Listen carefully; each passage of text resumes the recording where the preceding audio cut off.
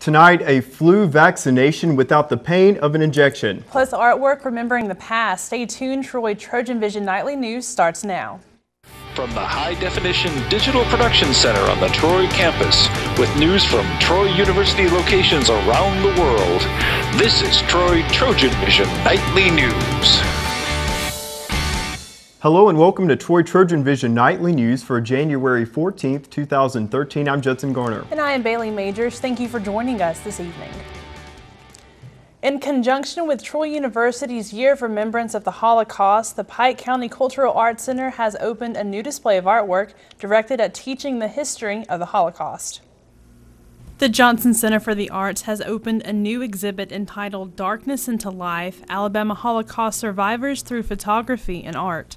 This exhibit really shows the personal impact that the Holocaust had on 20 individuals who all came to the United States and wound up in the Birmingham area. Drinkard says that the Alabama Holocaust Education Center put together the exhibit as a way to teach the history of the Holocaust.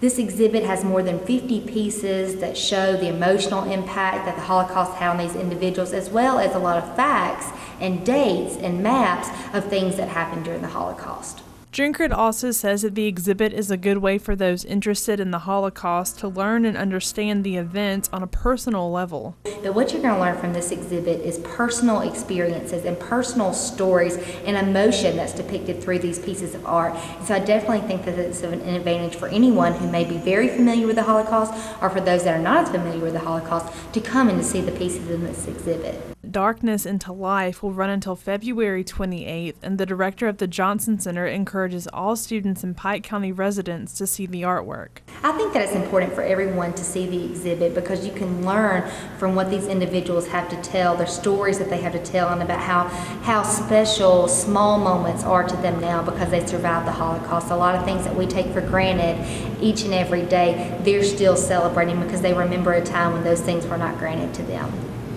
Once again, the Darkness into Life exhibit will run until February 27th. The exhibit will close with a guest lecture from Sandra Roberts.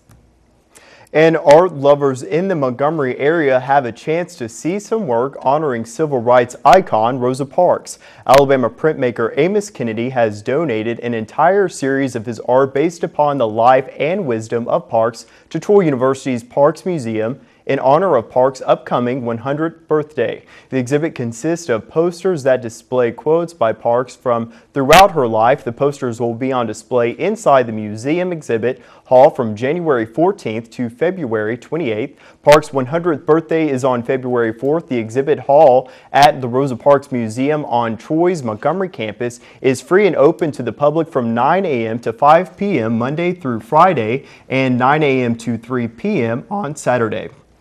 The flu season is already in full force, and anyone looking to get protected from the virus has a chance to do so this week.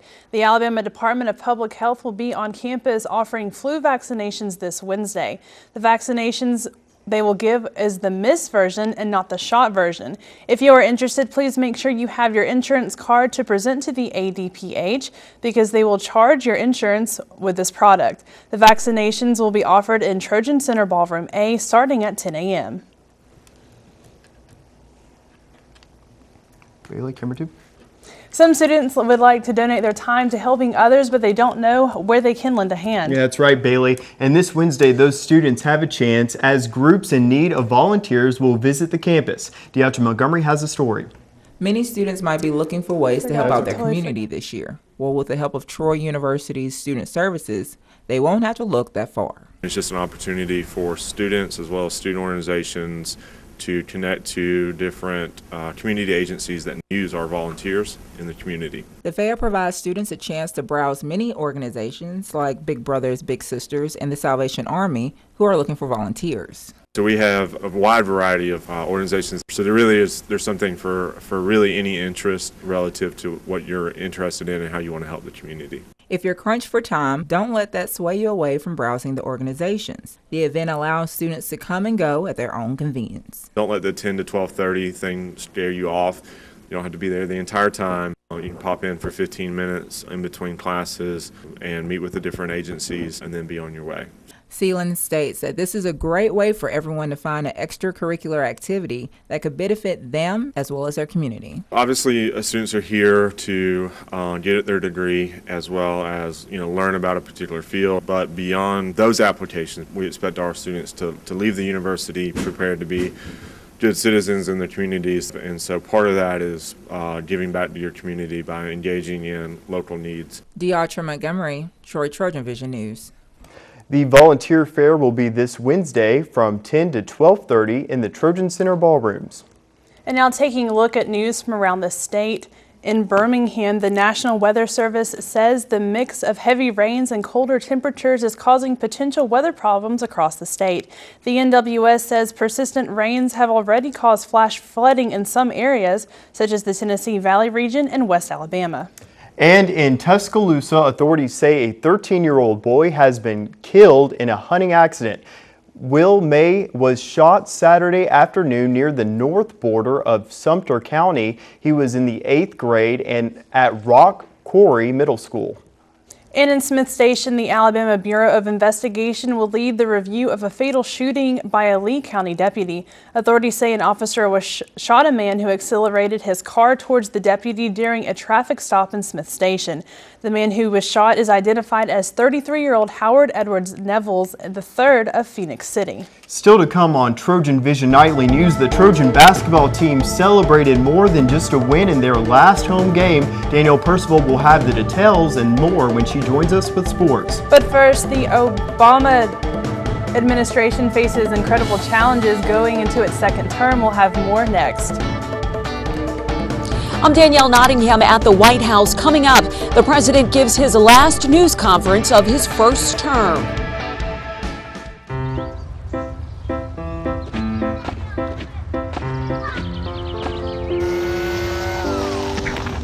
Come on, let's go. Hey, hi, what's your name? You live around here? You're pretty. Where are you guys going? Where are you going? Where are you going? Where are you going? Guess it's about time to get you fixed, sweetie. Your pets will start getting noticed sooner than you think. Accidental litters lead to millions killed in shelters each year. Help prevent more. Fix at month 4.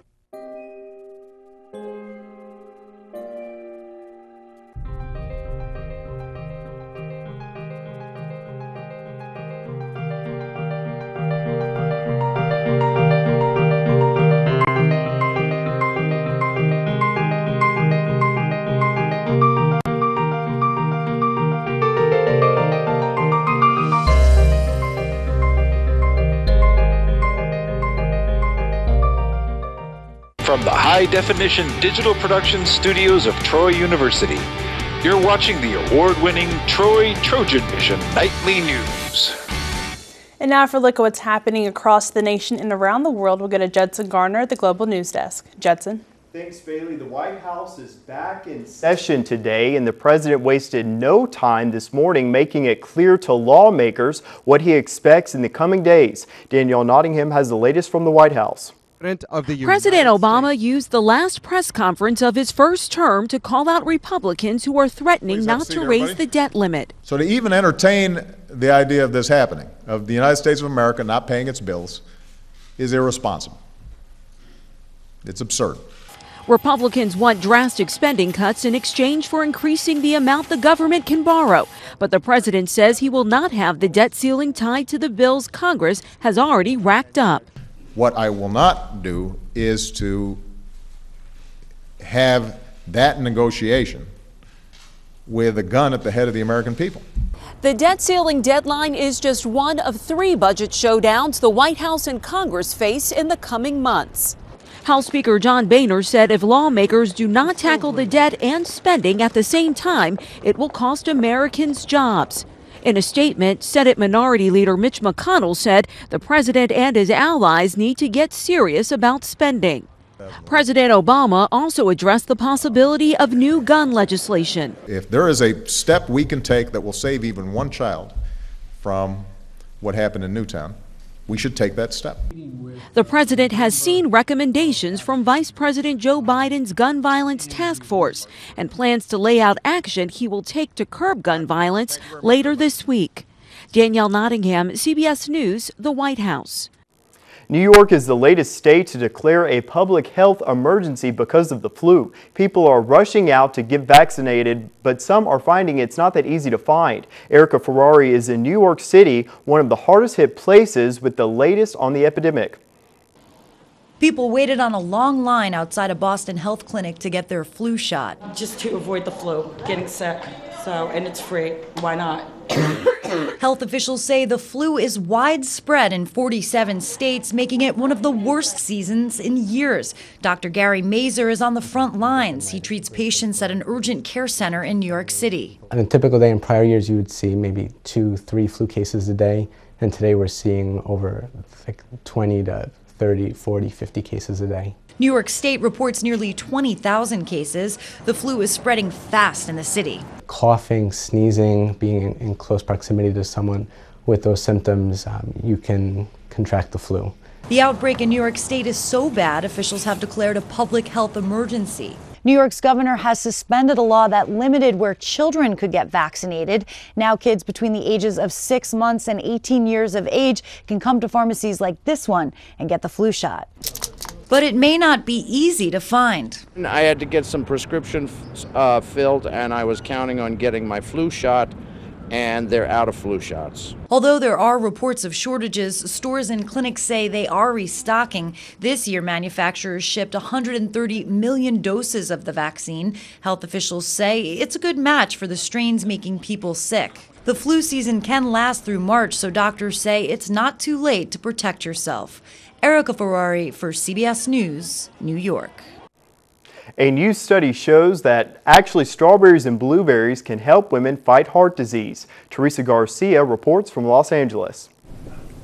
Kate Strawn has high blood pressure and cholesterol, putting her at risk for a heart attack. The 42-year-old is doing what she can to control her risk factors, including watching what she eats. Reducing sodium in particular, looking at packaging, checking the salt levels, things that really surprise you. Now a new study shows adding some berries to her diet could also help lower her chances of having a heart attack.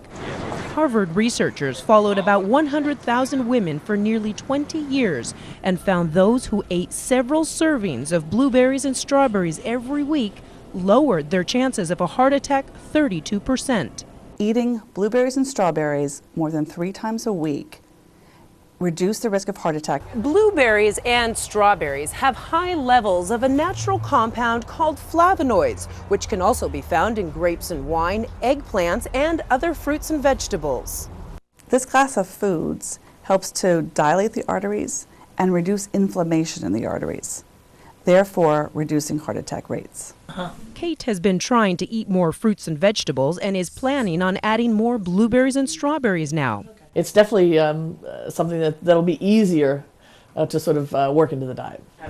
She's also getting more exercise, walking to work every day to keep her heart healthy.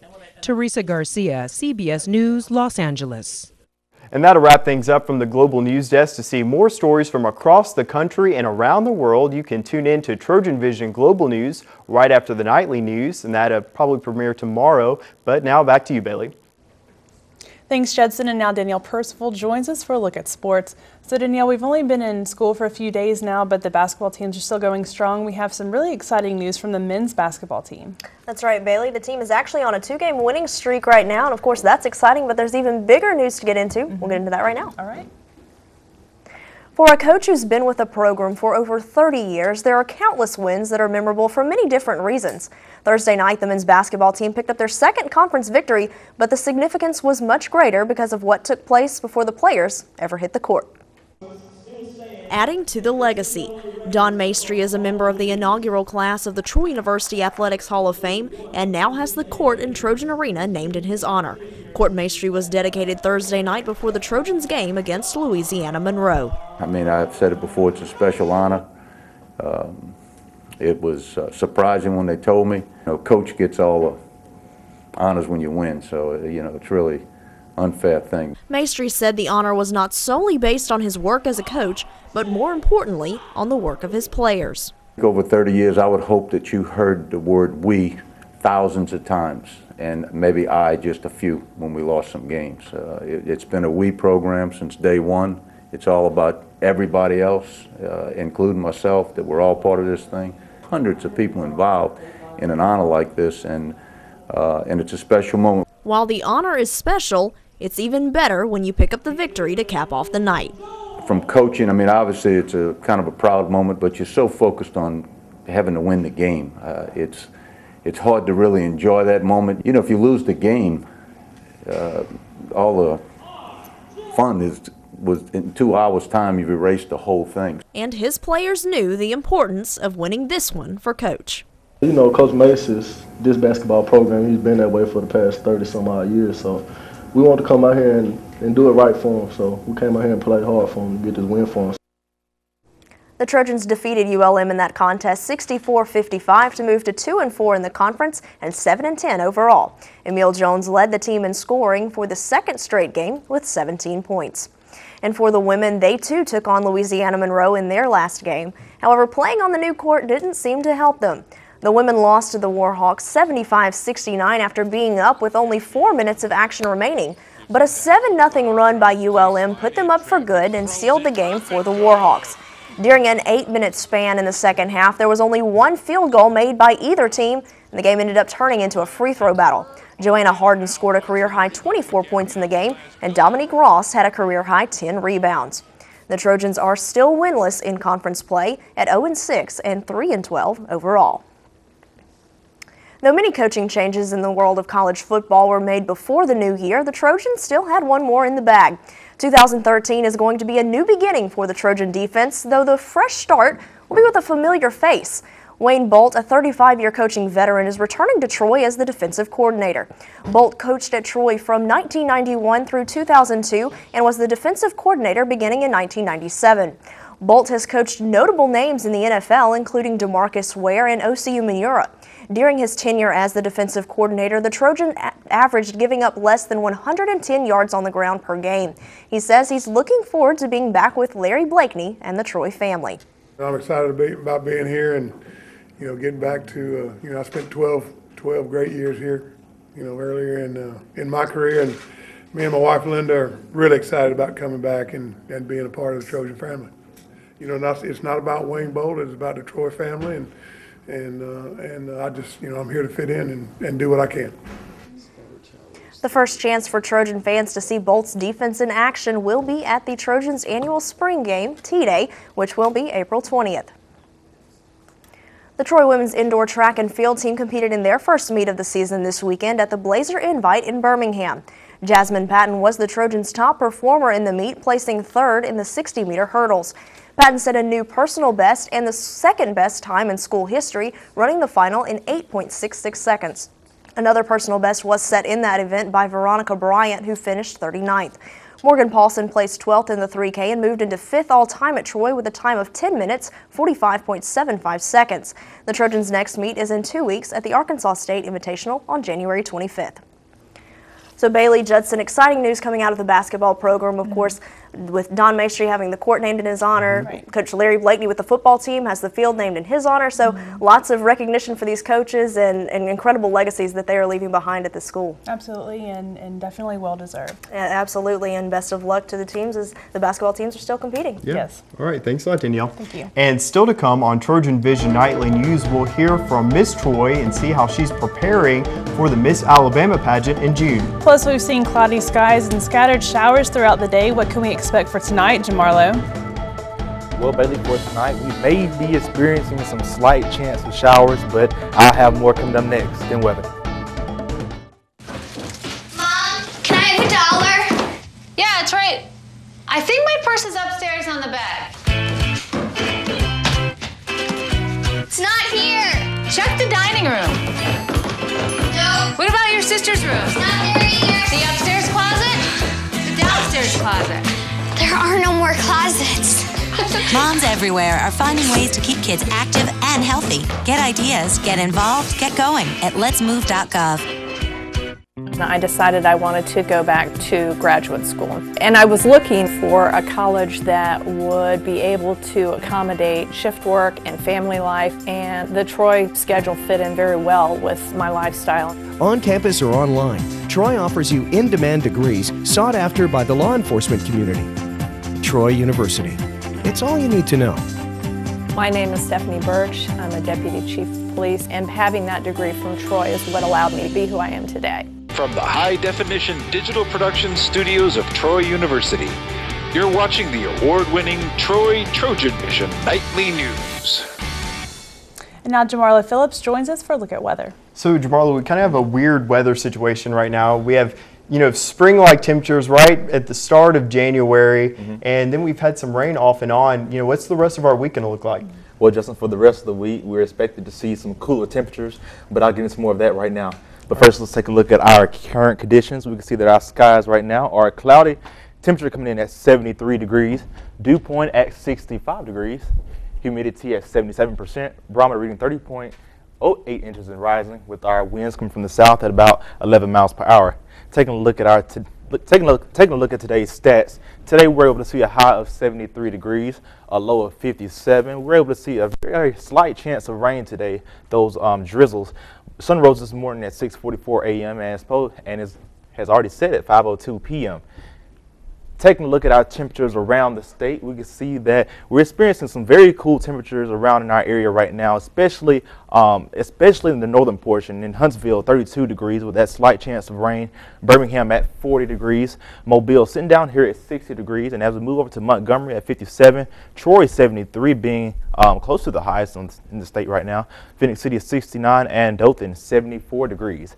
Taking a look at our current temperatures across the United States, we can see that again in our area we're still experiencing those moderate to cool to warm temperatures, but we're definitely expecting to see this cold front that's going to change things drastically.